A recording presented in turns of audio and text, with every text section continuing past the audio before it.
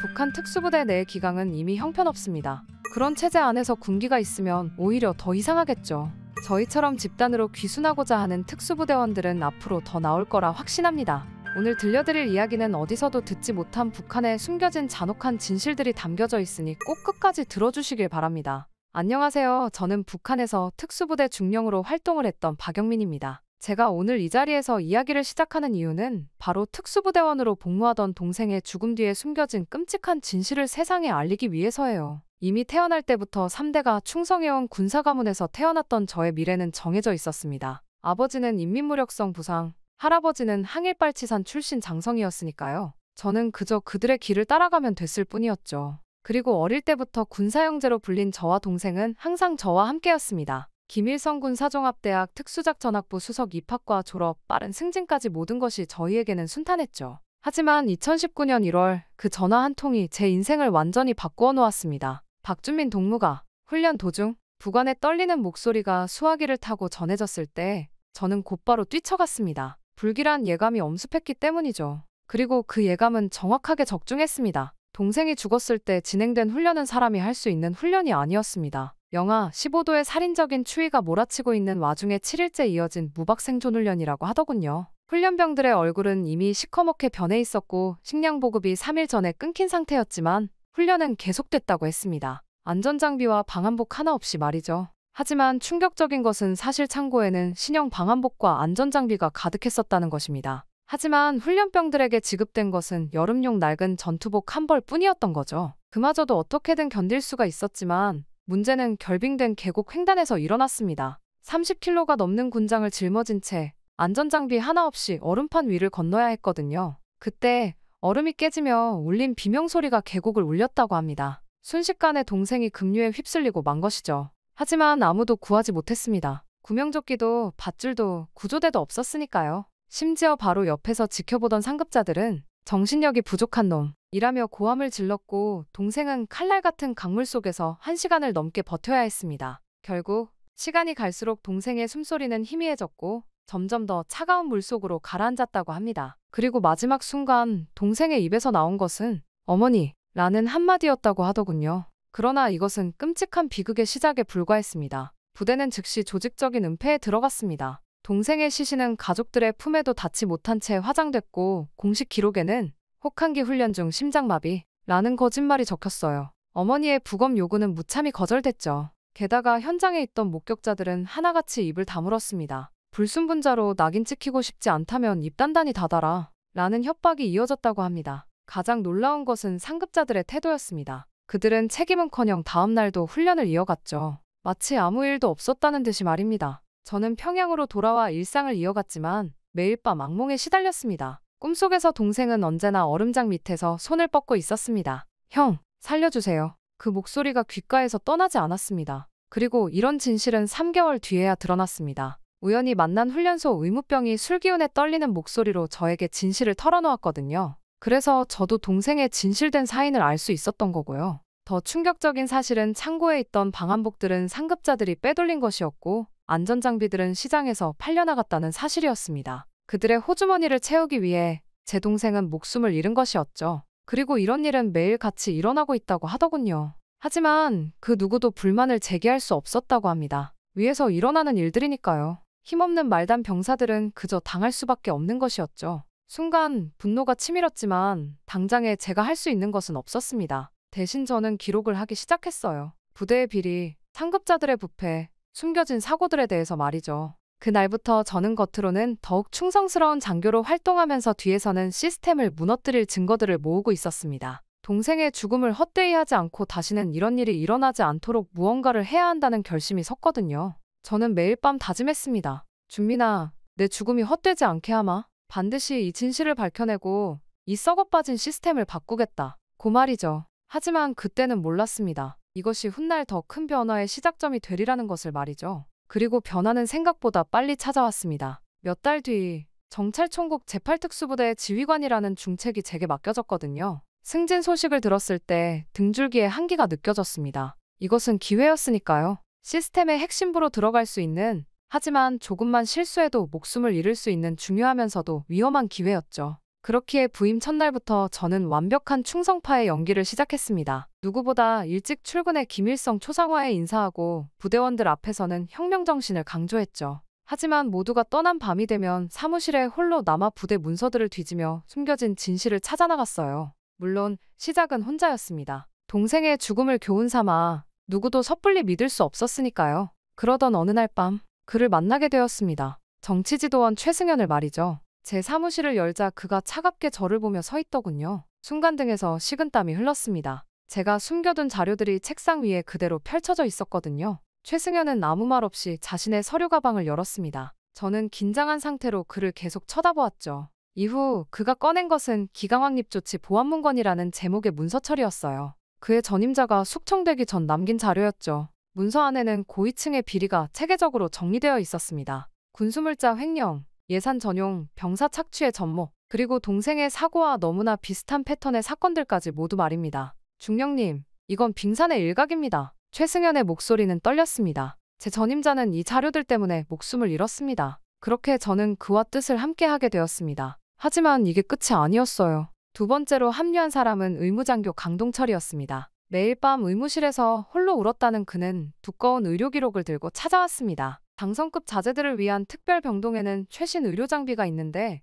일반 병사들은 기본적인 항생제조차 받지 못하고 있었죠. 그가 기록한 사망자 명단은 끝없이 이어졌습니다. 게다가 여군 적격수 서지원은 더욱 충격적인 진실을 가져왔습니다. 심야 사격장에서 그녀를 처음 만났을 때 그녀의 손에는 여군들의 피 맺힌 기록이 들려 있었습니다. 성폭력, 협박, 강제 전출까지 신고를 해도 오히려 피해자가 처벌받는 끔찍한 실태였죠. 저는 숨길 수 없습니다. 중령님, 그렇게 우리의 비밀 모임은 시작됐습니다. 인원도 더 늘어나 10명이 되었죠. 저희는 매주 목요일 야간 훈련이 끝난 후 지하 벙커에서 조심스레 만났습니다. 전자전 전문가 한민국이 만든 도청 방지 장치가 우리의 유일한 보호막이었죠. 처음 5명이었던 모임은 점차 늘어났습니다. 공병장교 정현수는 군사시설 비리 자료를, 수송 담당 윤철호는 물자 유출 증거를 가져왔습니다. 특히 정보분석관 오성민의 합류는 결정적이었습니다. 그는 수년간 고위층의 비리를 추적해왔고 이 모든 부패의 고리가 어디로 연결되는지 정확히 알고 있었습니다. 한민국이 개발한 전자방해 장치는 우리의 목숨줄이나 다름없었습니다. 이 반경 10m 안에서는 그 어떤 도청도 불가능합니다. 한민국의 말에 우리는 안도했지만 여전히 조심스러웠습니다. 사실 처음에는 각자 자기 분야의 보고서를 공유하는 정도였습니다. 강동철의 의료기록, 윤철호의 물자 유출 증거, 정현수의 시설비리 자료. 하지만 점차 체계가 잡혔습니다. 오성민이 만든 분류체계에 따라 모든 증거를 정리했고 서지원은 사진과 영상 증거를 확보했습니다. 그렇게 우리는 밤새워 개혁안을 만들었습니다. 병사들의 처우 개선, 군수물자 관리 시스템 재정비, 의료체계 현대화. 하지만 이런 서류들을 작성할 때마다 손이 떨렸습니다. 발각되는 순간 우리 모두는 죽을 것이 분명했으니까요. 가장 큰 충격은 독립지대의 존재를 알게 됐을 때였습니다. 고위층 자제들만 모여있는 이 특별부대는 우리가 목격한 모든 부조리의 정점이었습니다. 최고급 장비와 물자를 독점하고 실전 훈련 한 번 받지 않고도 진급하는 동안 수많은 일반 병사들이 제 동생처럼 목숨을 잃고 있었습니다. 저는 매주 목요일 밤이 기다려졌습니다. 낮에는 서로를 모르는 척해야 했지만 밤에는 진짜 전우가 될 수 있었으니까요. 그리고 시간이 갈수록 우리가 만든 개혁안은 점점 더 구체화됐습니다. 병사들의 기본권 보장, 부대 예산 투명화, 인사제도 개혁, 실현 가능성은 낮았지만 우리는 멈출 수 없었습니다. 이미 알아버린 진실 앞에서 우리는 더 이상 침묵할 수 없었으니까요. 그렇게 우리의 은밀한 저항은 계속됐습니다. 하지만 누구도 알지 못했습니다. 이 조용한 움직임이 곧 폭풍이 되어 우리 모두의 운명을 완전히 뒤바꿔 놓으리라는 것을, 그리고 그 폭풍의 시작이 바로 독립지대 사건이 되리라는 것을 말이죠. 독립지대는 부대 북쪽 끝, 이중 철조망으로 분리된 곳에 있었습니다. 공식적으로 존재하지 않는 공간이었죠. 일반 병사들은 이곳을 귀족촌이라 부르더군요. 실탄 사격장은 호화로운 당구장으로 바뀌어 있었고 전투훈련장에는 잔디 골프 코스가 만들어져 있었으니까요. 일과 시간에 들리는 것은 훈련 구호가 아닌 당구공 부딪히는 소리와 골프채 휘두르는 소리였습니다. 그곳은 고위층 자제들이 암암리에 만든 곳이었습니다. 여기 사는 고위층 자제들은 군복이 아닌 사복을 즐겨 입었고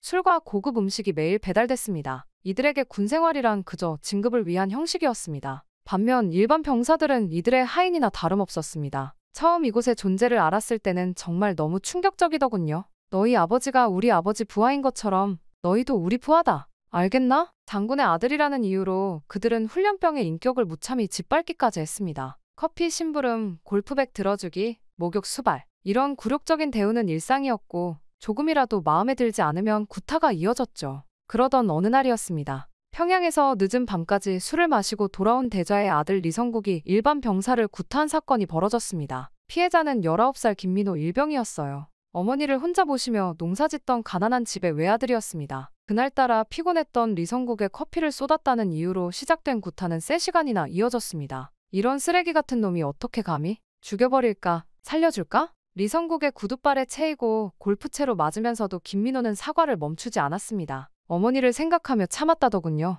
하지만 마지막 발길질이 머리를 가격했을 때 결국 그는 의식을 잃었습니다. 뇌사 상태가 되고 말았죠. 이런 일은 늘 있는 일입니다. 탈영병으로 처리하면 되죠. 어차피 천한 농사꾼의 아들입니다. 누가 찾겠습니까? 하지만 그들은 일말의 죄책감도 없이 곧바로 사건을 은폐하기로 했습니다. 의무대에 있던 김민호를 비밀리에 후송하고 훈련 중 무단이탈로 기록을 조작한 것이죠. 홀어머니에게는 불효자식이 탈영했다 며 모욕적인 통보까지 했습니다. 중령님, 저희가 해결하겠습니다. 결국 그날 밤 분노에 찬 피해자의 전우 5명이 제 숙소를 찾아왔습니다. 김민호와 고양이 같은 20살 병사들이었죠. 그들의 눈에는 복수심과 절망이 가득했습니다. 저는 그들을 말렸어야 했습니다. 하지만 그들의 눈빛에서 차가운 계곡물에 휩쓸려간 동생의 모습을 보고 말았죠. 그리고 그날 밤 11시 독립지대 숙소에서 비명이 울렸습니다. 분노한 병사들이 리성국의 숙소를 급습한 것입니다. 격투 중에 리성국은 중상을 입었고 그를 돕던 독립지대 병사 3명도 부상당했습니다.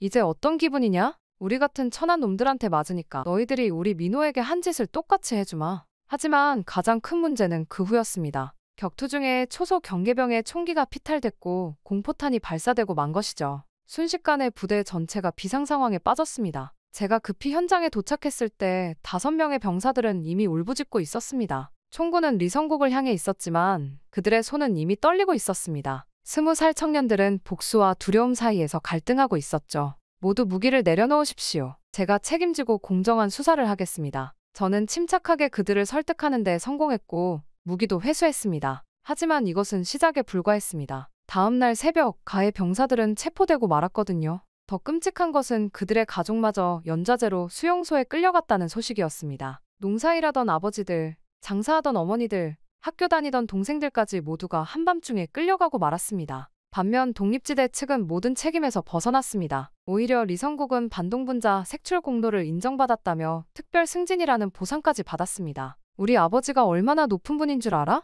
이런 일로 내가 피해볼 것 같나? 결국 김민호는 어떠한 기록에도 남지 않은 채 사라졌고 그의 홀어머니는 마을에서 쫓겨나 행방불명이 됐습니다. 정의가 짓밟히고 만 것이죠. 이후 김민호와 그의 어머니의 운명은 제 가슴에 깊은 상처를 남겼습니다. 또 다시 무고한 희생이 발생했고 저는 아무것도 하지 못했으니까요. 마치 준민이를 잃었을 때처럼 무력감이 저를 짓눌렀습니다. 그러던 어느 날 결국 사건이 터지고 말았습니다. 그날 아침 평소처럼 부대 문서를 검토하던 중 우연히 발견한 수사기록 하나가 제 시선을 붙잡더군요. 독립지대에 대한 이야기였어요. 2021년 동계훈련 중 실종된 3명의 훈련병들, 작년 여름 탈영으로 처리된 정비대대 부사관 5명의 기록, 그들 모두 의문의 죽음을 당했다는 증거들이 차곡차곡 쌓여 있었죠. 그리고 모든 것들이 은폐되었고요. 문서들을 하나하나 넘길수록 제 손이 떨려왔습니다. 고위층의 비리를 목격했다는 이유로 특수감옥에서 실종된 병사들, 부대 비리를 고발하려다 사고사로 위장된 죽음을 당한 장교들까지 분노가 차올라왔습니다. 하지만 그 중에서도 가장 충격적인 발견은 고위층이 준비 중인 비밀 처형 계획이었습니다. 독립지대 사건 관련자들의 이름이 처형 명단 맨 위에 있었고 그 아래로 낯익은 이름들이 줄줄이 이어져 있었거든요. 박영민 동무, 이건 꼭 봐야 합니다. 그러다 최승현이 숨가쁘게 제 사무실로 들어와 전해준 문서에는 감찰부대가 우리의 모든 동향을 파악하고 있다는 내용이 적혀 있었습니다. 그들은 이미 우리의 은밀한 모임을 알고 있었고 이를 우리를 제거할 명분으로 삼으려 하고 있다고 하더군요. 순간 저는 우리의 운명도 김민호와 다르지 않을 거라는 걸 직감했습니다. 엎친 데 덮친 격으로 저는 창밖으로 보이는 부대 정문에서 검은색 차량들이 들어오는 것을 발견했습니다. 이제 그들이 우리를 덮치러 온 것이 분명했죠. 창가에 서서 그들의 움직임을 지켜보는 동안 가슴 한켠이 무겁게 내려앉았어요. 이제는 더 이상 물러설 곳이 없었습니다. 전원 비상소집, 장소는 비창고, 메시지를 보내는 순간 복도 끝에서 군홧발 소리가 들렸습니다. 저는 급히 통신기를 서류 더미 속에 숨기고 책상 앞에 앉았어요. 발소리가 점점 가까워져 제 심장은 터질 것 같았습니다. 문 앞에서 발걸음이 멈췄고 누군가가 문고리를 잡는 소리가 들렸죠. 숨을 죽인 채 서류를 뚫어지게 보고 있는데 다행히 발걸음이 다시 멀어졌습니다. 이후 접선을 위해 비창고로 가는 200m는 제 인생에서 가장 긴 거리로 느껴졌어요. 그 과정에서 2번의 검문을 통과해야 했거든요. 야간 순찰 준비 중이다. 경직된 목소리로 거짓말을 하는 동안 감찰부대원들의 날카로운 시선이 등을 파고들었죠. 그들의 눈빛에서 의심이 묻어났지만 아직은 제가 특수부대 지휘관이라는 직위가 도움이 되었습니다. 그렇게 창고에 도착했을 때 최승현만이 기다리고 있었어요. 시간이 흘렀지만 아무도 오지 않았습니다. 식은땀이 흘렀죠. 체포됐을까요? 최승현의 목소리가 떨렸습니다. 그때 밖에서 발자국 소리가 들렸고 우리는 숨을 죽였어요. 다행히 강동철이었습니다. 정현수가 붙잡혔습니다. 강동철의 말에 피가 얼어붙는 것 같았어요. 지금 감찰부대에 연행되는 걸 봤습니다. 원래는 10명이었던 우리가 순식간에 9명이 된 거죠. 내 동생 준민이처럼 또 한 명을 잃을 수도 있다는 생각에 가슴이 조여들었습니다. 이후 서지원이 들어오면서 더 충격적인 소식을 전했습니다. 부대 전체가 봉쇄됐어요. 모든 통신도 차단되고 있고요. 말을 마치기도 전에 창고 밖에서 서치라이트가 번쩍였습니다. 우리는 본능적으로 몸을 숨겼어요. 누군가의 숨소리가 거칠어졌지만 입을 다문 채 침묵을 지켰습니다. 수색조가 창고 쪽으로 오고 있습니다. 밖을 살피던 최승현의 목소리가 갈라졌어요. 마침내 서치라이트 빛이 창고 창문을 비추기 시작했고 군홧발 소리는 점점 가까워졌습니다. 저는 주머니 속 권총을 만지작거렸지만 그것은 최후의 수단이어야 했기에 함부로 쓸 수는 없었죠. 그리고 숨조차 쉴 수 없었던 그 순간 갑자기 멀리서 폭발음이 들렸어요. 의무대 쪽에서 화재가 발생했다. 이후 수색조의 발걸음이 의무대 쪽으로 달려가는 소리가 들려왔죠. 순간 모두의 시선이 강동철에게 향했습니다. 그는 작게 고개를 끄덕였죠. 그가 미리 준비해둔 것이었던 것이죠. 그리고 마침내 정현수를 제외한 9명이 모였습니다. 하지만 시간이 없었어요. 어디선가 고함 소리가 들렸고 수색견 짖는 소리도 가까워지고 있었으니까요. 창문으로 보이는 부대 내 상황은 더욱 긴박해졌죠. 감찰부대원들이 건물마다 들이닥치고 있었습니다. 이제 돌아갈 수 없습니다. 저는 떨리는 목소리를 간신히 진정시키며 말했어요. 지금 이 순간부터 우리는 목숨을 건 도박을 시작하는 겁니다. 제 말이 채 끝나기도 전에 창고 문을 두드리는 소리가 들렸습니다. 안에 누구 있나? 우리는 숨을 죽였습니다. 문틈으로 서치라이트 빛이 새어 들어왔어요. 그때 최승현이 재빨리 바닥을 열었습니다. 비상시를 대비해 파놓은 지하 통로였죠. 평소엔 군수품을 몰래 빼돌리는데 사용하던 것이었지만 이제는 우리의 탈출구가 되어 있었습니다. 한 명씩 빨리. 그렇게 우리는 순식간에 지하 통로로 내려갔습니다. 그리고 마지막으로 내려가던 제 머리 위로 창고 문이 부서지는 소리가 들렸어요. 바닥문이 닫히는 순간 위에서 고함치는 소리가 들렸습니다. 축축한 지하 통로에서 저희는 작전을 세웠습니다. 새벽 4시, 그때가 부대 교대 시간입니다. 제가 손전등 빛에 비친 지도를 가리키며 말했죠. 그 전에 각자 위치로 돌아가 준비를 마쳐야 합니다. 정현수는 목이 메었지만 계속했습니다. 정현수는 제가 구출하겠습니다. 강동철은 의료 장비를, 서지원은 무기와 탄약을, 나머지 대원들도 각자의 임무를 맡았습니다. 우리에겐 단 몇 시간뿐이었어요. 그 짧은 시간 동안 모든 걸 준비하고 정현수도 구해내야 했습니다. 각자의 위치로 흩어지기 전 마지막으로 서로를 바라봤습니다. 어둠 속에서도 모두의 눈빛이 단단하게 빛났어요. 이제 우리 앞에는 2가지 길뿐이었습니다. 성공하거나 아니면 죽음뿐이었죠. 숙소로 돌아와 창밖을 바라보니 부대 전체가 빨간 비상등으로 물들어 있었습니다. 저는 서랍 속 준민이의 사진을 꺼내들었어요. 이번엔 달라? 작은 소리로 다짐했습니다. 반드시 모두를 지켜내고 말겠다. 그리고 마침내 새벽 4시 특수작전 훈련을 위장한 우리의 탈출 작전이 시작됐습니다. 가장 먼저 해야 할 일은 감찰부대에 붙잡힌 정현수를 구출하는 것이었습니다. 저는 곧바로 위조된 훈련 계획서를 들고 감찰부대 본부로 향했습니다. 심장이 터질 것 같았지만 표정만큼은 차갑게 유지했죠. 정문에서 보초병이 제 앞을 막아섰습니다. 특수부대 지휘관 박영민입니다. 수감자 신문하러 왔소. 제 목소리에는 조금의 떨림도 없었습니다. 계급장 앞에서 보초병은 잠시 망설이다 경례를 붙였습니다. 지하 조사실로 향하는 계단을 밟을 때마다 쇳소리가 울렸습니다. 소나기에 쥔 권총이 축축하게 젖어왔지만 이미 돌이킬 순 없었습니다. 복도 끝에서 감찰부대원 둘이 저를 노려봤지만 저는 차가운 눈빛으로 그들을 제압했죠. 정현수가 갇힌 조사실 문 앞에 섰을 때 안에서 신음소리가 들렸습니다. 가슴이 철렁 내려앉았지만 침착함을 유지했습니다. 문 열어. 명령하듯 내뱉은 말과 함께 감찰부대원이 문을 열었습니다. 순간 저는 눈을 감았습니다. 정연수, 눈 감아. 섬광탄이 터지면서 번쩍이는 빛이 좁은 조사실을 가득 채웠고 고통스러운 비명이 울렸습니다. 연기가 자욱한 가운데 정연수를 찾아 더듬는 제 손이 그의 차가운 몸에 닿았습니다.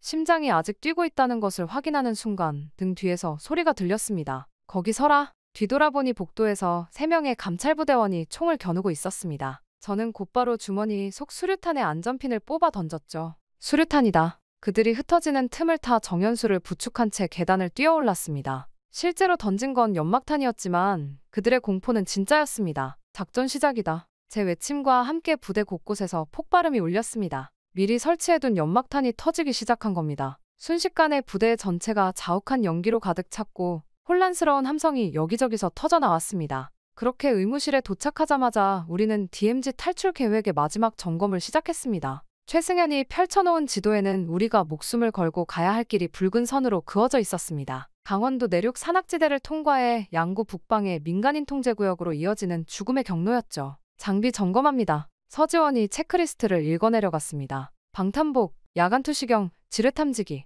모두 6개월에 걸쳐 조금씩 빼돌린 것들이었죠. 강동철이 개조한 통신 교란 장치는 특히 중요했습니다. 한국의 첨단 부품으로 만든 이 장치 하나에 우리의 생존이 달려 있었으니까요. 그렇게 부대를 빠져나가는 순간 첫 번째 위기가 찾아왔습니다. 두 번째 검문소의 부소대장이 우리를 눈치챘던 겁니다. 잠깐, 이 훈련 계획 뭔가 이상한데. 그가 무전기를 들어올리는 순간 강동철의 교란 장치가 작동했습니다. 모든 통신이 마비되자 혼란이 시작됐고 우리는 그 틈을 타 검문소를 돌파했습니다. 첫 번째 추적조와 마주쳤을 때는 이미 새벽녘이었습니다. 갑자기 어둠 속에서 총성이 울렸고 박상민의 어깨를 스쳤습니다. 하지만 서지원이 재빨리 저격 자세를 잡았습니다. 그녀의 총구에서 불꽃이 번쩍였고 추적조의 차량이 도로 위에서 휘청거렸습니다. 차량의 타이어가 터진 거죠. 뒤에서 또 온다. 총알이 나뭇가지를 깎아내는 소리가 귓가에서 울렸습니다. 윤태식의 외침과 함께 두 번째 추적조가 모습을 드러냈습니다. 이번엔 장갑차까지 동원한 모양이었습니다.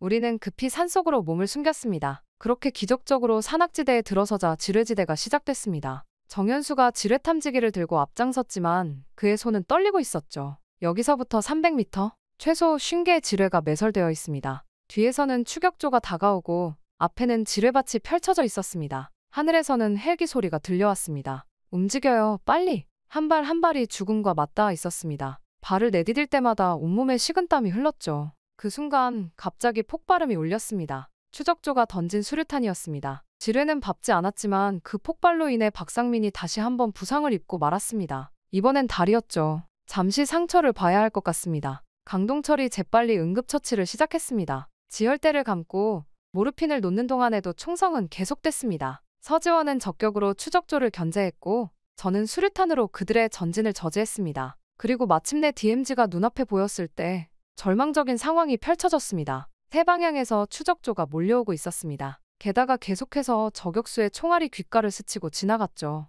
저기입니다. 한국군 초소? 그때 최승현의 외침이 들렸습니다. 100m도 채 안 되는 거리였지만 그 짧은 거리가 영원처럼 느껴졌습니다. 서지원이 마지막 남은 실력을 모아 헬기를 향해 사격을 시작했고 저는 최후의 수단을 꺼내들었습니다. 모두 눈 감아. 그렇게 제가 마지막 남은 섬광탄을 던진 후 우리는 필사적으로 달렸습니다. 총알이 빗발치는 가운데 강동철과 윤태식이 박상민을 부축한 채 움직였죠. 손들어. 도착한 한국군 초소에서 고함이 들렸습니다. 저는 떨리는 손으로 태극기를 꺼내들었습니다. 우리는 귀순자입니다. 북한 특수부대에서 복부하던 10명의 북한군 장교와 부사관입니다. 도와주십시오. 이후 저희 모두는 무릎을 꿇고 울부짖었어요. 그렇게 한국군이 우리를 엄호하기 시작하자 추격조는 더 이상 전진하지 못했습니다. 그리고 마침내 철조망을 넘어 초소 안으로 들어섰을 때 모두의 눈에는 눈물이 고여 있었습니다. 해냈습니다. 중령님, 정연수가 속삭였습니다. 저는 하늘을 올려다봤습니다.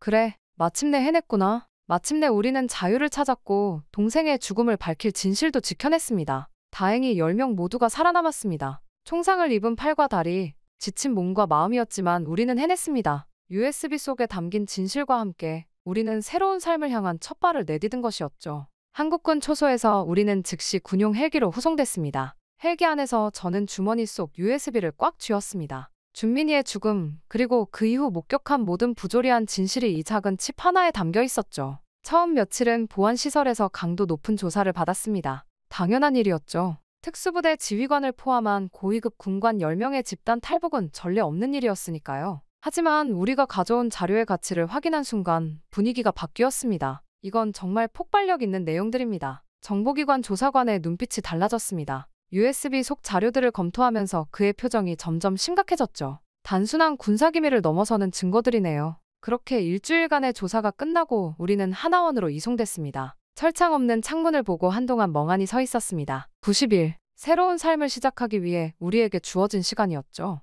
영민 씨, 좀 어떠세요? 하나원 상담사의 목소리에 고개를 돌렸습니다. 동무나 동지 대신 씨라는 호칭이 아직은 낯설었지만 그 말 속에 담긴 따뜻함은 느낄 수 있었습니다. 매일 아침, 우리는 각자의 방식으로 증언을 시작했습니다. 강동철은 의료진과 마주 앉아 북한 군병원의 실태를 증언했습니다. 의약품은 고위층형과 일반형으로 철저히 구분됐습니다. 일반 병사들은 그의 떨리는 손으로 쓴 의무일지는 가장 강력한 증거가 됐습니다. 서지원은 여군들이 겪어야 했던 폭력의 역사를 기록했습니다. 신고해도 달라지는 건 없었어요. 오히려 더 큰 불이익을. 그녀의 타자 소리는 밤늦게까지 이어졌습니다. 누군가는 해야 할 이야기였으니까요. 최승현의 증언은 특히 충격적이었습니다. 그가 보관해온 자료들은 북한 고위층의 부패를 적나라하게 보여줬습니다. 처형된 상관이 남긴 자료들입니다. 그분은 진실을 밝히려다 죽었습니다. 정현수는 특수부대 내의 실상을 폭로했습니다. 훈련이라는 이름의 학대였습니다. 준민이처럼 얼마나 많은 병사들이.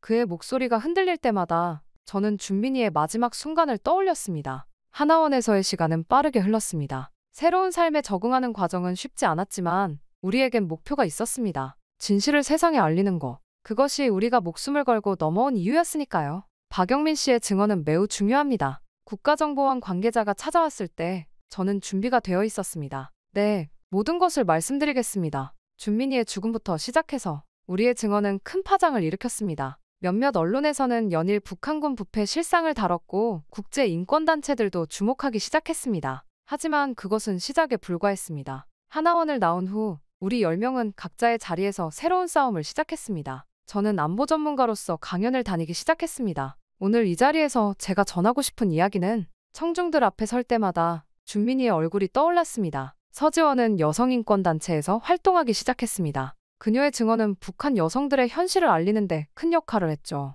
강동철은 의료지원단체에서 일하며 북한의 의료 실태 개선을 위해 노력했습니다. 우리는 도망친 게 아닙니다. 한 인터뷰에서 최승현이 말했습니다. 진실을 알리기 위해 왔습니다. 그곳에 남아있는 수많은 사람들을 위해. 자유의 의미를 처음으로 실감한 건 어느 봄날 아침이었습니다. 준민이의 제사를 지내기 위해 모였을 때였죠. 누군가의 감시도 보고도 필요 없이 우리는 자유롭게 동생을 추모할 수 있었습니다. 준민아, 저는 향불 앞에서 떨리는 목소리로 말했습니다. 이제 우리가 그 진실을 세상에 알렸다. 내 죽음이 헛되지 않게 하겠다고 한 약속, 지켰어. 창밖으로 봄바람이 불어왔습니다. 꽃잎이 날리는 모습을 보며 생각했습니다. 우리의 탈출은 끝이 아닌 시작이었다고. 진정한 자유를 향한 긴 여정의 시작이었다고. 준민이의 죽음이 만들어낸 이 변화는 앞으로도 계속될 것입니다. 자유가 무엇인지 아십니까? 제가 강연장에서 자주 하는 질문입니다. 저는 잠시 생각에 잠기곤 합니다. 자유는 단순히 탈출에 성공해서 얻어지는 게 아니었으니까요.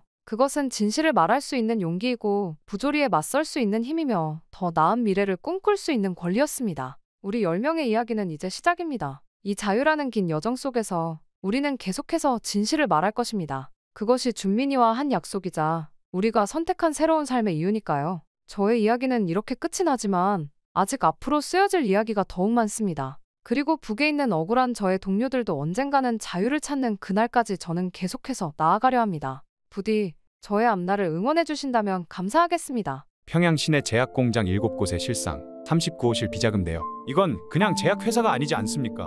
마약 제조시설이라고요. 오늘의 사연은 보위부 장교의 아들이자 수석 보위부 요원으로 총망을 받다가 끔찍한 비밀을 알게 된 이후 어머니와 함께 2022년 12월에 대한민국으로 귀순한 분의 이야기입니다. 민수 씨는 원래는 총망받는 의사였지만 아버지의 죽음으로 인해 반동분자 딱지를 붙이고 살아갔다고 하는데요. 그러다 아버지의 죽음에 가려진 비밀을 알게 되었고 도움을 받아 보위부 요원으로 잠입하게 되는 데 성공을 했다고 합니다. 그리고 그곳에서 보게 된 진실들은 정말 심각할 정도였다고 하는데요. 결국 모든 것을 알게 된 민수 씨는 김정은과 북한의 모든 것을 폭로하기 위해 어머니와 함께 목숨을 걸고 탈북을 하게 되었다고 합니다. 오늘 민숙이가 들려줄 이야기는 그동안 알려지지 않았던 북한의 실상을 생생하게 보여줄 것입니다.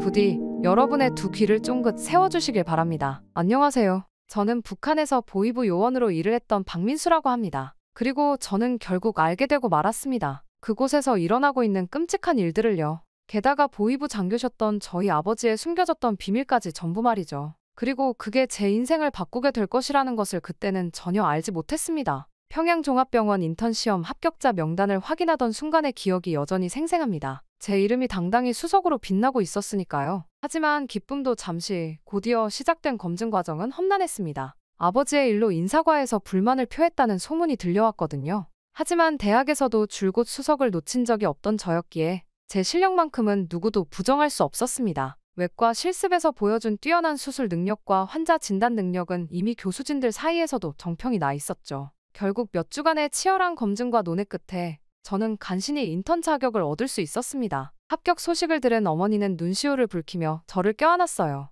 내 아버지가 살아계셨으면 얼마나 좋아하셨을까. 어머니의 말에 저도 마음이 먹먹해졌습니다. 저의 아버지는 제가 의대에 입학하고 얼마 지나지 않아 갑작스레 세상을 떠나셨거든요. 보위부 장교셨던 아버지는 늘 바쁘셨지만 제게만큼은 따뜻한 미소를 보여주시던 분이었습니다. 특권층의 삶을 살면서도 검소함을 잃지 말라고 가르치시던 아버지의 음성이 아직도 귓가에 맴돌아요. 평양 제1중학교 시절부터 의대 진학까지 제 곁에서 묵묵히 지켜봐 주시던 그 눈빛이 그립습니다. 하지만 아버지의 죽음 이후 주변의 시선이 달라지기 시작했습니다. 평양중앙당 병원 원장이셨던 외할아버지마저 갑자기 은퇴를 하셨고 어머니는 평양무역회사 경리직에서 물러나야 했죠. 저는 뭔가 이상한 일이 벌어지고 있다는 걸 직감했습니다. 그러던 어느 날 우연히 듣게 된 대화는 제 귀를 의심하게 만들었어요. 박정민의 가족이라고 반당종파 분자의 자식이 어떻게 의과대학 교수들의 작은 속삭임이었습니다. 순간 온몸에 전율이 흘렀죠. 반당종파 분자라니 그건 최악의 낙인이었으니까요. 그 이후부터 저는 밤마다 아버지의 마지막 모습을 떠올려 보았습니다. 그날 아침만 해도 평소와 다름없이 출근하셨죠. 그리고 저녁에 사고사 소식이 들려왔고요. 아버지의 시신은 부검도 허락되지 않았기에 저희는 그렇게 시신도 제대로 보지 못한 채 서둘러 장례를 치러야 했습니다. 당시에는 의문을 품을 겨를도 없이 슬픔에 잠겼지만 이제는 그 모든 것이 수상쩍게 느껴졌죠. 게다가 평양종합병원에서의 인턴 생활 점점 힘들어져만 갔습니다. 누구보다 실력은 출중했지만 마치 보이지 않는 벽에 막힌 듯한 느낌이 들었달까요? 동기들은 하나둘 진급이 확정되는데 저만 계속 검토 중이라는 답변만 돌아왔습니다. 그러던 어느 날 저는 충격적인 이야기를 듣게 되었습니다. 그날도 수술실에서 밤늦게까지 일하고 있었어요. 갑자기 누군가 어깨를 툭 쳤죠. 뒤돌아보니 낯선 중년 남성이 서 있었습니다. 박민수 동무, 잠깐 이야기 좀 할 수 있겠소? 최국철이라고 자신을 소개한 그는 아버지의 옛 동료였다고 했어요. 병원 뒤편 한적한 곳으로 자리를 옮기면서도 제 심장은 쿵쾅거렸습니다. 3년 만에 처음으로 아버지의 동료를 만난다는 것은 뭔가 특별한 의미가 있을 거라는 생각이 들었거든요. 자네의 아버지는 억울한 죽음을 당했소. 최국철의 목소리는 작았지만 단호했어요. 자세한 이야기는 여기서 할 수 없지만 자네 아버지는 결코 반당종파 분자가 아니었소. 오히려 그는 말끝을 흐렸습니다. 그리고 그날 이후 저는 잠을 이루지 못했어요. 최국철이 남긴 쪽지에는 수상한 암호 같은 것이 적혀 있었거든요. 창고 3비 1974-528. 결국 저는 며칠을 고민하다 우리 집 지하 창고를 뒤지기 시작했습니다. 지하 창고는 아버지가 생전에 자주 드나들던 곳이었어요. 어린 시절 저는 그곳에 아버지의 낡은 책들이 보관되어 있다고만 알고 있었죠. 하지만 그날 창고 구석에 숨겨진 작은 금고를 발견했습니다. 비밀번호를 입력하자 딸깍 소리와 함께 금고가 열렸어요. 안에는 낡은 공책 한 권과 마이크로필름 그리고 USB가 있었습니다. 공책을 펼치자 아버지의 꾸준한 필체가 눈에 들어왔어요. 평양 시내 제약공장 7곳의 실상, 39호실 비자금 내역, 이라는 단어들이 눈에 띄었죠. 손이 떨렸습니다. 이것은 단순한 메모가 아니었어요. 아버지는 무언가 거대한 비리를 조사하고 있었던 겁니다. 페이지를 넘길수록 놀라운 사실들이 드러났죠. 주민용 의약품 생산이라는 명목으로 운영되는 공장들의 이면, 해외 인력 송출의 실체, 그리고 보위부 내부의 부패까지 전부 말이죠. 저는 창백해진 얼굴로 공책을 덮었어요. 이제 모든 게 이해가 됐습니다. 아버지의 갑작스러운 죽음, 우리 가족에 대한 감시, 그리고 제가 겪고 있는 모든 제재가 이 문서들 때문이었던 거죠. 그리고 그날 밤, 저는 어머니와 조심스러운 대화를 나눴어요. 어머니, 혹시 아버지가 무슨 일을 하고 계셨는지 아셨나요? 어머니는 한참을 침묵하시더니 마침내 입을 여셨습니다. 내 아버진 정의로운 분이셨다. 그게 다야. 어머니의 목소리에는 슬픔과 자부심이 섞여 있었죠. 하지만 민수야, 그 이상 캐내려 하지 마라. 내 아버지처럼 될까봐. 어머니의 눈가에 맺힌 눈물을 보며 가슴이 미어졌습니다. 하지만 이미 돌이킬 수 없었어요. 저는 아버지가 남긴 자료들을 하나하나 분석하기 시작했습니다. 의학 지식을 활용해 제약 공장들의 생산 내역을 검토했죠. 표면적으로는 해열제나 진통제를 만드는 것처럼 보이지만 실제로는 전혀 다른 물질들이 만들어지고 있었어요. 특히 충격적이었던 건 마약 제조 시설의 존재였습니다. 연간 수십억 달러의 비자금이 이런 식으로 조성되고 있었다니 믿을 수가 없더군요. 아버지는 이 모든 것을 파헤치다가 목숨을 잃으신 거였죠. 그리고 며칠 뒤 저는 다시 최국철을 만나게 되었습니다. 결심은 섰소. 그의 질문에 저는 고개를 끄덕였습니다. 아버지의 진실을 밝혀내겠습니다. 제 대답에 최국철은 쓴웃음을 지었죠. 그렇다면 이제 동무도 의사의 길은 접어야 할 거요. 대신 그의 말이 끝나기도 전에 알아챘어요. 보위부에 들어가야 한다는 거죠. 아버지가 남긴 증거들을 제대로 조사하려면 또 새로운 증거들을 수집하려면 그곳으로 들어가는 수밖에 없었습니다. 창가에 서서 병원을 바라보며 마지막 결단을 내렸어요. 의사가 되어 생명을 살리고 싶었던 어린 시절의 꿈을 접어야 했죠.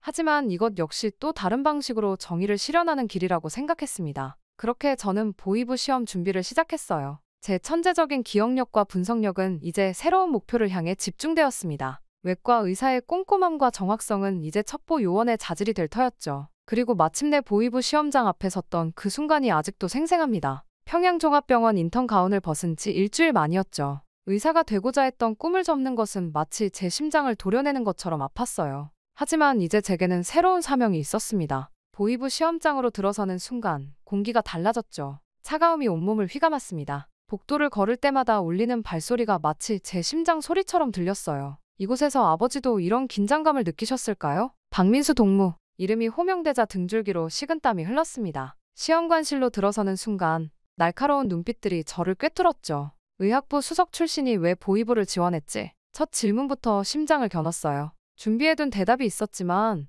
목구멍까지 차올랐던 진심을 누르는 게 쉽지 않았습니다. 의학이 개인의 병을 고친다면 보위사업은 조국의 병을 고치는 일이라고 생각합니다. 말을 마치자 침묵이 흘렀죠. 시험관 중 한 명이 의미심장한 미소를 지었어요. 그는 제가 인턴이었을 때 평양종합병원에서 만났던 간부였습니다. 실기시험은 더욱 긴장됐어요. 사격장에서 방아쇠를 당기는 순간 아버지의 마지막 모습이 스쳤습니다. 모든 총알이 관역 중앙을 관통했죠. 놀랍군. 처음 만져보는 총이라고 했나? 교관의 눈빛이 달라졌어요. 체력 검정에선 한계를 시험받았습니다. 수술실에서 장시간 버텨본 경험이 있다지만 이건 달랐죠. 하지만 포기할 수 없었어요. 아버지를 떠올리며 이를 악물었습니다. 더 할 수 있습니다. 제 외침에 시험관들이 놀란 듯 서로를 바라봤어요. 그리고 드디어 최종 면접날 복도에서 낯익은 인물과 마주쳤습니다. 최국철이었어요. 그는 마치 모르는 사람처럼 지나쳐갔지만 스치는 순간 작게 속삭였죠. 이제 시작이다. 등골이 서늘해졌습니다. 합격자 발표날 저는 제가 전체 수석이라는 소식을 들었어요. 겉으로는 담담했지만 속으로는 오한이 들었습니다. 이제 정말 돌이킬 수 없는 강을 건너고 있다는 걸 실감했죠. 훈련소에서의 일상은 악몽 같았습니다. 매일 새벽 4시 기상, 끝없는 훈련과 사상 교육. 하지만 가장 힘든 건 동료들의 감시였습니다. 누구를 믿어야 할지, 누구를 경계해야 할지 매 순간이 시험이었죠. 그렇게 졸업을 앞두고 마지막 시험만이 제 앞에 놓여 있었습니다. 실전 검거 훈련이었죠. 제게 주어진 임무는 한 반역자를 신문하는 것이었습니다. 그런데 그 반역자 역할을 맡은 사람의 혐의가 아버지와 너무 비슷했거든요. 순간 손이 떨렸지만 이를 악물고 완벽하게 수행했습니다. 박민수 동무, 자네는 타고난 보위부 요원이야. 평가관의 말에 쓴웃음이 났죠. 그리고 마침내 저는 보위부 정보분석과로 첫 출근을 하게 되었습니다. 차가운 대리석 건물을 올려다보며 깊은 숨을 들이켰어요. 아버지, 드디어 여기까지 왔습니다. 정보분석과는 보위부의 심장부와도 같은 곳이었죠. 모든 정보가 이곳으로 모이고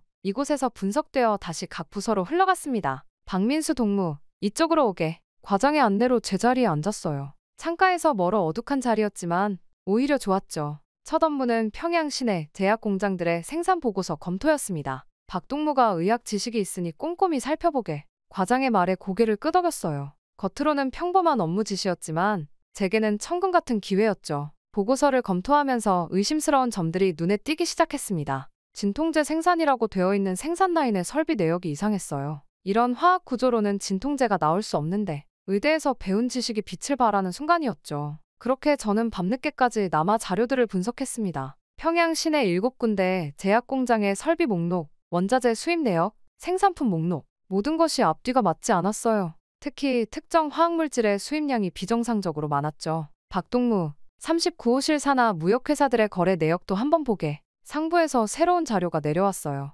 무역회사들의 수출입 관련 문서들이었죠. 표면적으로는 평범해 보였지만 자세히 들여다보니 수상한 점이 많았습니다. 특히 자금의 흐름이 복잡했어요. 한 회사에서 다른 회사로, 다시 제3의 회사로, 마치 거미줄처럼 얽혀있는 비자금 흐름이 보이기 시작했죠. 의심스러운 부분을 발견할 때마다 몰래 메모해두었습니다. 어느 날 조직 지도부 산하 특수단위들의 활동 보고서가 제 손에 들어왔어요. 과장의 신임이 높아진 덕분이었죠. 보고서를 열어보는 순간 충격에 휩싸였습니다. 특수단위들은 겉으로는 무역이나 외화벌이 사업을 하는 것처럼 보였어요. 하지만 실상은 체계적인 범죄 조직망이었죠. 각 단위마다 맡은 역할이 달랐고 모든 것이 정교하게 조직화되어 있었습니다. 그렇게 야근이 늘어날수록 아버지의 수첩을 더 자주 꺼내보게 됐어요. 수첩 곳곳에 찍힌 작은 점들, 언뜻 보면 잉크 얼룩 같은 것들이 특별한 의미가 있을 거라고 직감했죠. 이건 모스 부호인가? 그렇게 저는 며칠 밤을 새워 암호해독에 몰두했습니다. 마침내 규칙을 발견했어요. 점들은 모스 부호였고 거기에 아버지만의 암호 체계가 더해져 있었죠. 해독된 내용들은 충격적이었습니다. 아버지는 이미 모든 것을 알고 계셨어요. 박민수 동무, 요즘 야근이 많은 것 같은데. 과장의 말투가 의미심장했어요. 열심히 하는 건 좋지만 건강도 챙기게. 겉으로는 걱정하는 말투였지만 경고라는 걸 알 수 있었죠. 그러던 어느 날 밤, 저는 우연히 최국철을 마주쳤습니다. 민수 동무, 조심하게. 벽에도 귀가 있으니. 그의 속삭임에 등골이 서늘해졌어요. 누군가 저를 감시하고 있다는 뜻이었죠. 정보분석과에서의 나날들은 매일매일이 살얼음판을 걷는 것 같았습니다. 하지만 조금씩 진실에 다가가고 있다는 확신이 들었어요. 아버지가 남기신 수첩의 암호가 하나둘 풀릴 때마다 그분이 마주했던 거대한 비리의 실체가 보이기 시작했죠. 그리고 마침내 저는 더욱 충격적인 사실들을 알게 되었습니다. 평양 시내 제약공장들의 실체였습니다. 총 7곳의 공장이 있었어요. 순안구역의 려명제약, 대성구역의 광명약품, 모란봉구역의 천지제약, 그리고 낙랑구역, 성교구역, 평천구역, 서성구역에 각각 하나씩. 이 공장들은 놀라운 위장술을 갖추고 있었죠. 1층은 실제로 해열제와 감기약을 생산합니다. 현장 실사 보고서를 읽으며 고개를 끄덕였어요. 하지만 그건 위장에 불과했습니다. 지하 시설이 진짜였죠. 의학적 지식으로 분석해보니 충격적이었어요. 이 화학 구조, 메스암페타민 제조 공정이군요. 려명제약의 지하시설은 필로폰을, 광명약품은 아편을, 천지제약은 헤로인을, 각 공장마다 전문화된 마약 제조 시설이 가동되고 있었습니다. 생산 규모는 어마어마했어요. 려명제약 3분기 매출 8천만 달러. 이게 한 곳의 3개월 실적이었죠. 7개 공장을 모두 합치면 연간 수십억 달러. 이 돈은 모두 비자금으로 빠져나갔습니다. 주민용 의약품은 허울뿐이었어요. 감기약 생산량 전년 대비 30% 증가. 보고서의 숫자는 그럴듯했지만 실제 약국에는 빈 선반뿐이었죠. 진통제 한 알 구하기 힘든 게 현실이었습니다. 두 번째 충격은 해외 인력 송출의 실상이었어요. 러시아 건설 현장 노동자 임금 정산 내역서를 보고 소름이 돋았습니다. 월급 3,000달러 중 2,700달러가 상납금으로 거쳤죠. 노동자에게 돌아가는 건 고작 300달러. 그마저도 대부분이 숙식비로 공제됐어요. 시스템은 교묘했습니다. 먼저 당의 무역회사가 해외 업체와 계약을 맺어요. 노동자 한 명당 월 3,000달러. 하지만 노동자와는 다른 계약을 했죠. 월 300달러, 3년 계약. 이탈하면 가족이 처벌받는다는 조항까지 있었습니다. 심지어는 인신매매 조직과의 연계도 드러났어요. 동남아 파견 인력 보충 방안이라는 문서를 보고 경악했습니다. 실종된 여성들이 유흥업소로 팔려가는 내용이었죠. 금액까지 적혀 있었어요. 한 사람당 5만 달러. 노동자 관리소의 실체는 더욱 잔인했습니다. 러시아 사할린의 비밀 수용소, 중국 동북지방의 지하 감옥, 쿠웨이트 사막의 격리시설, 도주를 시도했거나 규율을 어긴 노동자들이 끌려가는 곳이었죠. 그들 대부분은 돌아오지 못했어요. 세 번째는 보위부 내부의 비리였습니다. 간부 동지들 상납금 정리, 문서를 발견한 날 밤새 잠을 이루지 못했어요. 고위직들의 월별 뇌물 수수 내역이었죠. 최상급 간부는 월 10만 달러, 중간급은 5만 달러, 직급별로 금액까지 정해져 있었습니다. 범죄 조직과의 유착도 적나라했어요. 마카오의 돈 세탁 조직, 러시아의 마약 카르텔, 동남아의 위조지폐 조직, 모두 보위부 고위층과 직접 연결되어 있었죠. 매달 정기적인 상납금도 받았습니다. 마지막으로 아버지의 제거 작전 문서를 발견했어요. 박정민 상자 처리 계획서라는 제목의 극비 문서 처리였죠. 첫 페이지부터 제 손이 떨렸습니다. 대상 박정민 상좌 45세, 정치부 감찰과장 사유, 조직 비리 조사 및 내부 고발 시도 처리 방안, 사고사 위장 제거. 문서에는 모든 것이 있었습니다. 한 달간의 미행 기록, 전화 도청 내용, 접촉 인물 리스트까지 전부 말이에요. 아버지가 마약 제조 시설과 비자금 계좌를 포착했다는 것, 이를 폭로하려 했다는 것까지 모두 파악하고 있었죠. 처리 과정도 상세했습니다. 아버지의 차량에 세워둔 도청기로 모든 일정을 파악하고 그날 아침 브레이크 장치를 조작했다는 내용이었어요. 대상 제거 완료, 사고사로 위장 성공. 차가운 보고문이 저를 무너뜨렸습니다. 그날 밤 저는 사무실에서 홀로 모든 자료를 정리했어요. 평양 시내 7개 제약 공장의 마약 제조, 연간 수십억 달러의 비자금, 해외 노동자 착취와 인신매매, 보위부의 부패 그리고 이 모든 것을 파헤치려다 죽임을 당한 아버지의 자료까지 전부 말이죠. 이제 남은 건 행동뿐이었어요. 하지만 한 가지 분명한 것은 이런 식의 제거는 2번 다시 성공하지 못하리라는 것이었죠. 제겐 아버지가 없으셨던 준비가 있었으니까요. 그러던 어느 날 퇴근 시간이 한참 지난 사무실에서 문득 누군가의 시선이 느껴졌어요. 돌아보니 최국철이었죠. 자네 비밀 하나쯤 간직할 수 있나? 어두운 지하 문서고로 자리를 옮긴 후 그가 쪽지 하나를 건넸습니다. 자네 아버지의 동지들이야. 떨리는 손으로 쪽지를 펼쳤어요.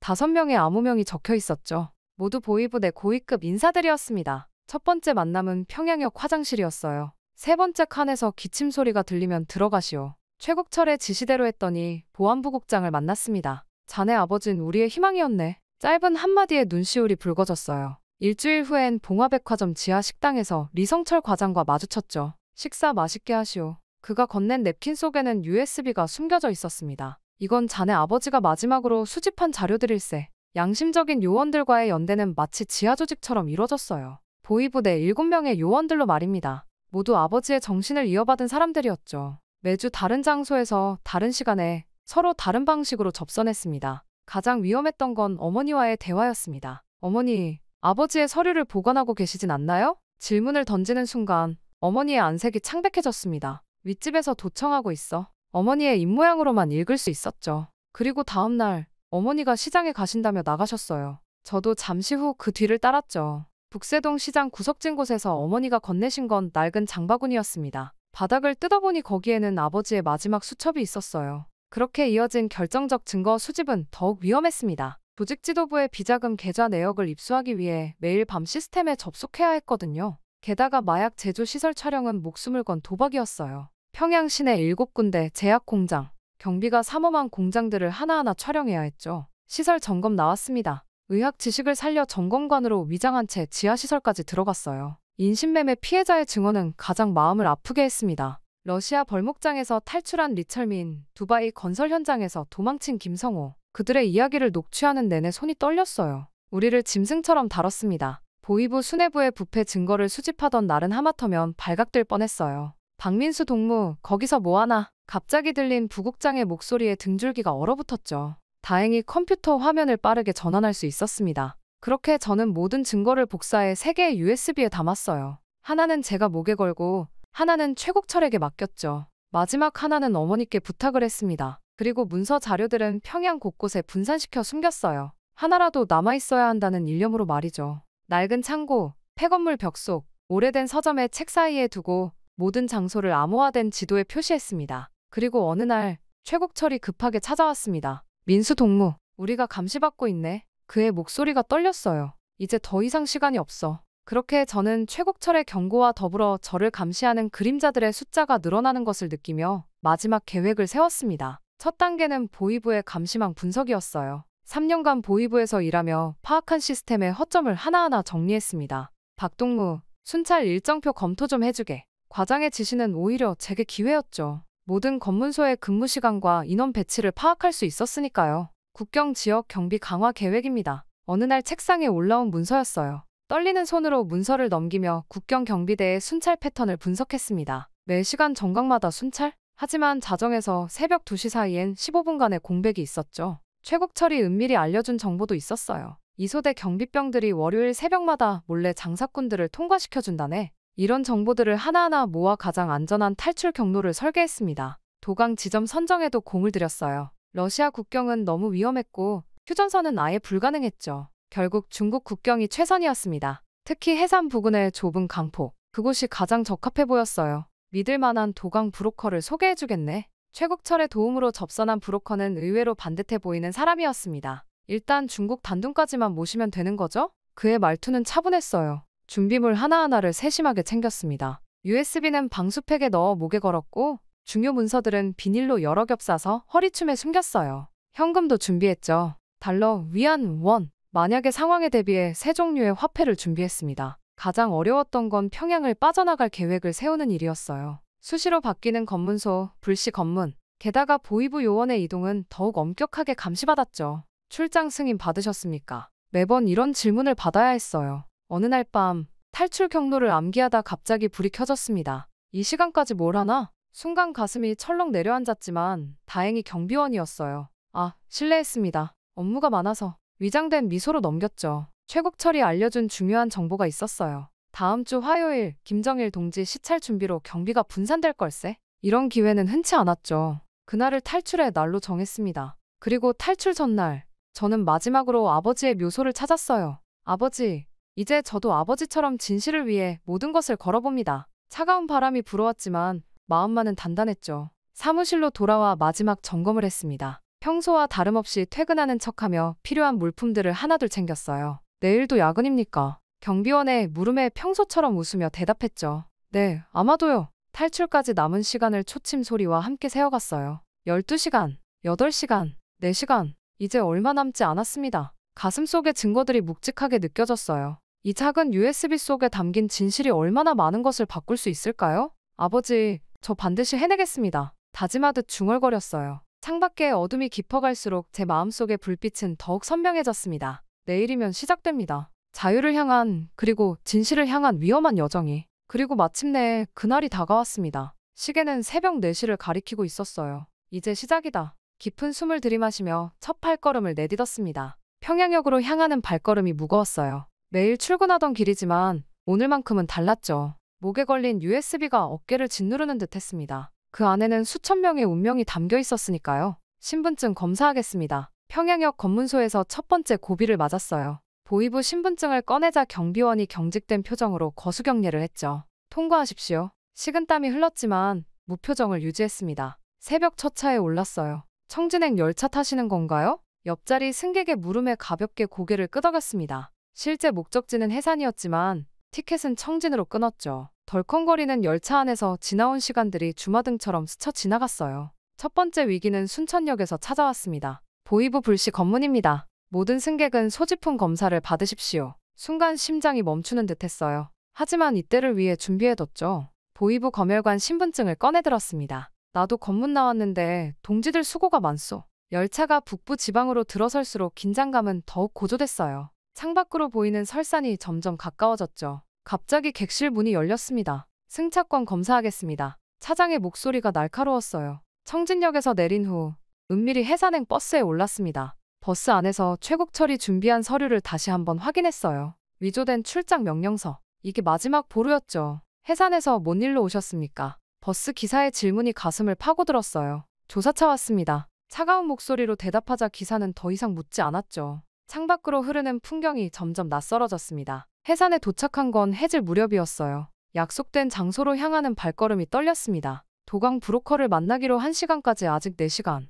허름한 여관방에서 마지막 준비를 했죠. 짐은 최소한만 가져가세요. 브로커의 말이 떠올랐어요. 옷까지는 모두 버리고 증거자료만 챙겼습니다. USB, 문서, 그리고 아버지의 마지막 사진 한 장. 가슴 한켠이 아려왔죠. 밤 11시, 마침내 브로커와 만났습니다. 어머니는 이미 브로커의 도움으로 와 계셨죠. 강물이 꽤 차가울 겁니다. 그의 말에 절로 몸이 떨려왔어요. 하지만 이미 돌이킬 순 없었죠. 어둠 속을 헤치고 강변으로 향했습니다. 갑자기 멀리서 개 짖는 소리가 들렸어요. 경비대다. 브로커의 속삭임에 온몸이 얼어붙었습니다. 얼음장 같은 강가의 바위 틈에 몸을 숨겼죠. 손전등 불빛이 스쳐 지나갔어요. 지금입니다. 저와 어머니는 브로커의 신호와 함께 강물로 뛰어들었어요. 영하의 물살이 온몸을 핥히었죠. 목에 걸린 USB가 심장처럼 뛰는 게 느껴졌습니다. 아버지, 저 꼭 해내겠습니다. 그때였어요. 누가 있다. 강 건너편에서 고함 소리가 들렸습니다. 이어 총성이 밤 공기를 갈랐죠. 탕, 탕, 물보라가 사방으로 튀었어요. 저희는 본능적으로 물속으로 깊이 잠수했습니다. 차가운 물 속에서 의식이 점점 흐려져 갔어요. 하지만 포기할 순 없었죠. 아버지의 진실, 그 모든 희생자들의 이야기, 이걸 세상에 알려야만 했습니다. 마지막 힘을 짜내 중국 땅을 향해 헤엄쳤어요. 간신히 중국 쪽 강둑에 도착했을 때는 이미 온몸이 얼어붙은 상태였습니다. 하지만 멈출 순 없었어요. 뒤에서 들리는 고함 소리와 총성을 뒤로 한 채 어둠 속으로 달렸죠. 여기입니다. 약속된 장소에서 기다리고 있던 차량이 보였어요. 구원의 손길 같았죠. 차에 오르자마자 엔진 소리가 포효했습니다. 단둥을 향해 질주하는 동안 뒤에서 들리던 추격 소리가 점점 멀어져 갔어요. 그렇게 새벽이 밝아올 무렵 저희는 마침내 단둥에 도착했습니다. 이제 좀 안전할 겁니다. 운전사의 말에 겨우 긴장을 늦췄어요. 목에 걸린 USB를 확인했죠. 다행히 방수팩이 제 역할을 해줬습니다. 하지만 안도하기엔 아직 이르다는 걸 곧 깨달았습니다. 창밖으로 수상한 차량이 보였거든요. 보이부 공작원들입니다. 중국에도 많이 있어요. 운전사의 말에 다시 긴장이 됐죠. 그렇게 저와 어머니, 브로커는 중국을 벗어나 라오스를 건너 태국에 도착하는 것에 성공을 하게 되었습니다. 그리고 마침내 한국에 도착한 첫날, 너무나 낯선 공기가 제 폐부를 채웠어요. 국정원 조사실에서 맞이한 새벽은 그동안의 긴장이 한꺼번에 풀리며 온몸이 까늘까늘 떨릴 정도였습니다. 이게 모든 증거입니다. USB를 건네며 목소리가 떨렸어요. 조사관의 눈빛이 순간 날카로워졌죠. 평양의 제약 공장들, 해외 노동자 착취 실상, 비자금 계좌 내역, 하나하나 설명할 때마다 조사실의 공기가 무거워졌습니다. 박민수 씨의 증언이 사실이라면 이건 정말 큰 사건입니다. 조사관의 말에 고개를 끄덕였어요. 제가 가져온 증거들은 북한 정권의 폐부를 찌르는 것이었죠. 특히 마약 제조와 인신매매 관련 자료들은 국제사회에 큰 파장을 일으킬 수 있는 것들이었습니다. 조사는 오랜 시간 동안 이어졌어요. 저는 하나하나 상세히 답변했습니다. 제 기억력과 분석력은 여기서도 빛을 발했어요. 의사 출신다워요. 조사관의 말에 쓴웃음이 났습니다. 국제인권단체와의 만남도 이어졌어요. 이런 구체적인 증거는 처음입니다. 그들의 눈빛에서 진실을 향한 열망이 보였죠. 제가 가져온 자료들은 수많은 언어로 번역되어 전 세계로 퍼져나갔습니다. 하지만 새로운 시작은 결코 쉽지 않았어요. 의사 자격을 다시 따기 위해 밤낮 없이 공부했죠. 북한에서 최고였다고요? 여기선 다시 시작해야 합니다. 교수님의 말씀이 현실을 직시하게 했습니다. 공부를 다시 시작하면서 많은 것이 달라졌어요. 새로운 의학기술, 생소한 장비들. 하지만 제 열정만큼은 변함이 없었죠. 오히려 더 강해졌을지도 몰라요. 이제는 단순히 의술을 배우는 게 아니라 진정한 치유의 의미를 깨달아가는 과정이었으니까요. 어느 날 탈북민 진료 봉사를 나갔다가 깊은 깨달음을 얻었습니다. 선생님도 우리처럼 오신 거죠? 환자의 말에 마음이 찡했어요. 그들의 상처는 단순히 몸의 질병이 아니었죠. 저와 같은 아픔, 같은 그리움을 간직한 사람들이었습니다. 그리고 마침내 의사 자격증을 받던 날, 아버지 생각이 간절했어요. 아버지, 이제 저도 진정한 의사가 됐습니다. 눈물이 흘렀죠. 단순히 자격증을 되찾은 게 아니라 아버지의 꿈을 이어받은 것 같았으니까요. 지금 저는 북한 인권 단체 활동도 계속하고 있어요. 제가 가져온 증거들은 여전히 강력한 힘을 발휘하고 있죠. 해외 언론과의 인터뷰도 수시로 이어지고 있습니다. 독재 정권의 실상을 고발하는 것, 그것도 치유의 한 방법이니까요. 가끔 평양의 그 창가가 그립습니다. 어머니의 따뜻한 눈빛도, 최국철의 든든한 격려도. 하지만 후회는 없어요. 이제 저는 또 다른 방식으로 생명을 살리고 있으니까요. 북한에서 온 새로운 환자를 맞이할 때마다 다짐합니다. 이분들의 몸과 마음 모두 치유하리라. 그것이 제가 선택한 새로운 삶의 방식이고 아버지의 유지를 이어가는 길이라고 믿습니다. 요즘은 젊은 탈북 의대생들의 멘토 역할도 하고 있어요. 그들을 보면 옛날에 제 모습이 떠오르죠. 여러분의 꿈은 단순한 의사가 아닙니다. 우리 민족의 아픔을 치유할 치유자가 되어야 합니다. 창밖으로 서울의 밤거리가 반짝입니다. 평양의 그 밤과는 또 다른 빛깔이에요. 하지만 이제 이 불빛들이 제게는 희망으로 빛나고 있죠. 언젠가 이 빛이 북녘 하늘까지 비출 그날을 꿈꾸며 오늘도 제 자리를 지킵니다. 아버지, 저는 잘 살고 있습니다. 이제는 진정한 의미의 치유자가 되어가고 있어요. 아버지가 꿈꾸셨던 정의로운 세상을 위해 제가 할 수 있는 방식으로 한 걸음씩 나아가고 있습니다. 밤늦게까지 병원에 남아 차트를 정리하며 생각합니다. 제가 걸어온 길, 그리고 앞으로 걸어가야 할 길. 비록 쉽지 않은 여정이지만 이제는 알 것 같아요. 진정한 치유란 무엇인지, 진정한 용기란 무엇인지를 말이죠. 힘든 여정이었지만 이제 어머니와 함께 이곳에서 억울한 아버지의 죽음과 북한의 끔찍한 비리들을 폭로하며 저희는 자유롭게 살아가고 있습니다. 언젠가는 북에 있는 사람들도 저희처럼 자유를 맛보길 바라면서 말이죠. 그날이 올 때까지 저는 계속해서 나아가려 합니다. 저의 이야기는 여기서 끝이 나지만 새로운 이야기는 다시 시작이 된 셈이죠. 앞으로의 저희 길도 응원을 해주신다면 정말 감사하겠습니다.